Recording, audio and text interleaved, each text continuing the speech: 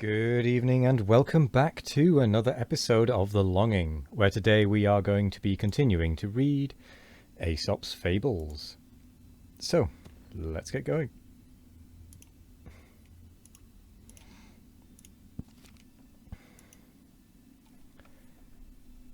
Hercules and Plutus.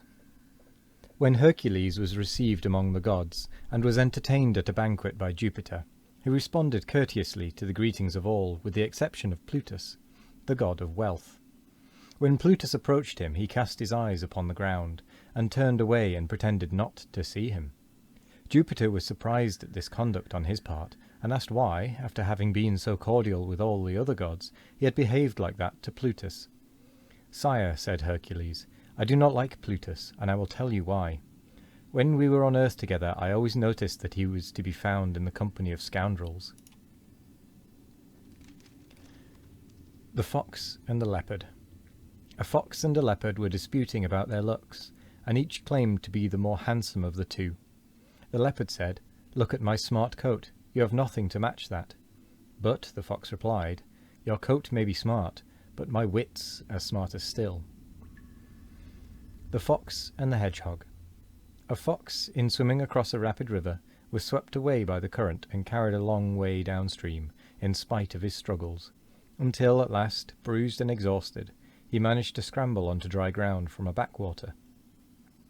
As he lay there, unable to move, a swarm of horseflies settled on him and sucked his blood undisturbed, for he was too weak even to shake them off.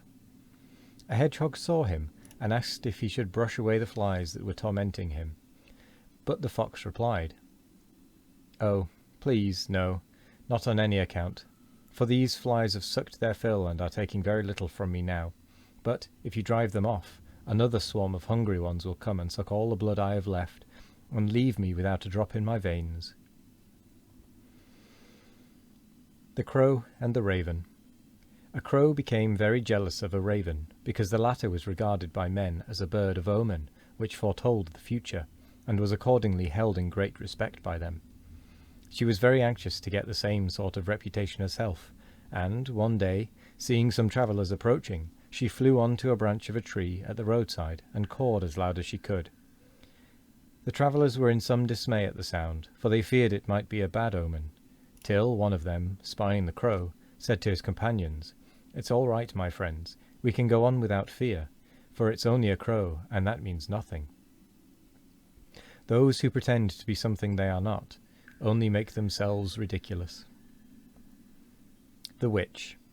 A witch professed to be able to avert the anger of the gods by means of charms, which she alone possessed the secret, and she drove a brisk trade, and made a fat livelihood out of it. But certain persons accused her of black magic and carried her before the judges, and demanded that she should be put to death for dealings with the devil. She was found guilty and condemned to death, and one of the judges said to her as she was leaving the dock, "You say you can avert the anger of the gods. How comes it, then, that you have failed to disarm the enmity of men?" The Old Man and Death. An old man cut himself a bundle of faggots in a wood and started to carry them home. He had a long way to go, and was tired out before he had got much more than halfway. Casting his burden on the ground, he called upon Death to come and release him from his life of toil. The words were scarcely out of his mouth when, much to his dismay, Death stood before him and professed his readiness to serve him. He was almost frightened out of his wits, but he had enough presence of mind to stammer out, "Good sir, if you'd be so kind, pray help me up with my burden again." The Miser. A miser sold everything he had, and melted down his hoard of gold into a single lump, which he buried secretly in a field. Every day he went to look at it, and would sometimes spend long hours gloating over his treasure. One of his men noticed his frequent visits to the spot, and one day watched him and discovered his secret. Waiting his opportunity, he went one night and dug up the gold and stole it. Next day the miser visited the place as usual, and finding his treasure gone, fell to tearing his hair and groaning over his loss. In this condition he was seen by one of his neighbours, who asked him what his trouble was. The miser told him of his misfortune, but the other replied, "Don't take it so much to heart, my friend. Put a brick into the hole, and take a look at it every day. You won't be any worse off than before, for even when you had your gold, it was of no earthly use to you. The foxes and the river. A number of foxes assembled on the bank of a river, and wanted to drink. But the current was so strong, and the water looked so deep and dangerous, that they didn't dare to do so, but stood near the edge encouraging one another not to be afraid. At last one of them, to shame the rest, and show how brave he was, said, "I am not a bit frightened. See, I'll step right into the water." He had no sooner done so than the current swept him off his feet. When the others saw him being carried downstream, they cried, "Don't go and leave us. Come back and show us where we too can drink with safety." But he replied, "I am afraid I can't yet. I want to go to the seaside, and this current will take me there nicely. When I come back, I'll show you with pleasure." The horse and the stag. There was once a horse who used to graze in a meadow, which he had all to himself. But one day a stag came into the meadow, and said he had as good a right to feed there as the horse, and moreover chose all the best places for himself. The horse, wishing to be revenged upon his unwelcome visitor, went to a man and asked if he would help him to turn out the stag. "Yes," said the man, "I will by all means, but I can only do so if you let me put a bridle in your mouth and mount on your back." The horse agreed to this, and the two together very soon turned the stag out of the pasture. But when that was done, the horse found to his dismay that in the man he had got a master for good. The fox and the bramble. In making his way through a hedge, a fox missed his footing and caught at a bramble. To save himself from falling. Oh, that was all one thing, sorry. Naturally, he got badly scratched, and in disgust he cried to the bramble, "It was your help I wanted, and see how you have treated me. I'd soon have fallen outright." The bramble, interrupting him, replied, "You must have lost your wits, my friend, to catch at me, who am myself always catching at others." The fox and the snake. A snake, in crossing a river, was carried away by the current, but managed to wriggle onto a bundle of thorns which was floating by, and was thus carried at a great rate downstream. A fox caught sight of it from the bank as it went whirling along, and called out, "Gad, the passenger fits the ship." The lion, the fox, and the stag.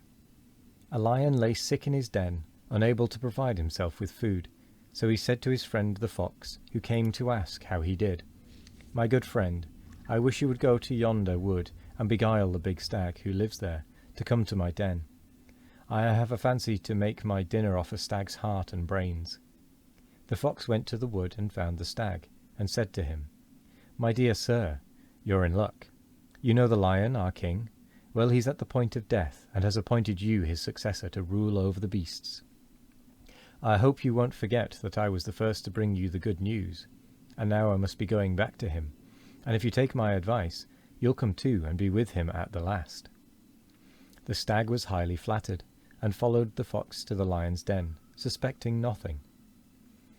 No sooner had he got inside than the lion sprang upon him, but he misjudged his spring, and the stag got away with only his ears torn, and returned as fast as he could to the shelter of the wood. The fox was much mortified, and the lion too was dreadfully disappointed, for he was getting very hungry in spite of his illness. So he begged the fox to have another try at coaxing the stag to his den. "It'll be almost impossible this time," said the fox, "but I'll try." And off he went to the wood a second time, and found the stag resting and trying to recover from his fright. As soon as he saw the fox, he cried, "You scoundrel, what do you mean by trying to lure me to my death like that? Take yourself off, or I'll do you to death with my horns." But the fox was entirely shameless. "What a coward you were," said he. "Surely you didn't think the lion meant any harm? Why, he was only going to whisper some royal secrets into your ear when you went off like a scared rabbit. You have rather disgusted him, and I'm not sure he won't make the wolf king instead, unless you come back at once and show you've got some spirit. I promise you he won't hurt you, and I will be your faithful servant." The stag was foolish enough to be persuaded to return, and this time the lion made no mistake, but overpowered him and feasted right royally upon his carcass. The fox, meanwhile, watched his chance, and, when the lion wasn't looking, filched away the brains to reward him for his trouble. Presently the lion began searching for them, of course without success. And the fox, who was watching him, said, "I don't think it's much use your looking for the brains. A creature who twice walked into a lion's den can't have got any." And with that, we actually come quite nicely to the end of the episode. So, I will say thank you very much for joining me today. I hope you all have a wonderful morning, evening, afternoon, or night. No matter what time of day it is, I hope you have a wonderful one of it. And as always, we will be back tomorrow for more of The Longing. Goodbye.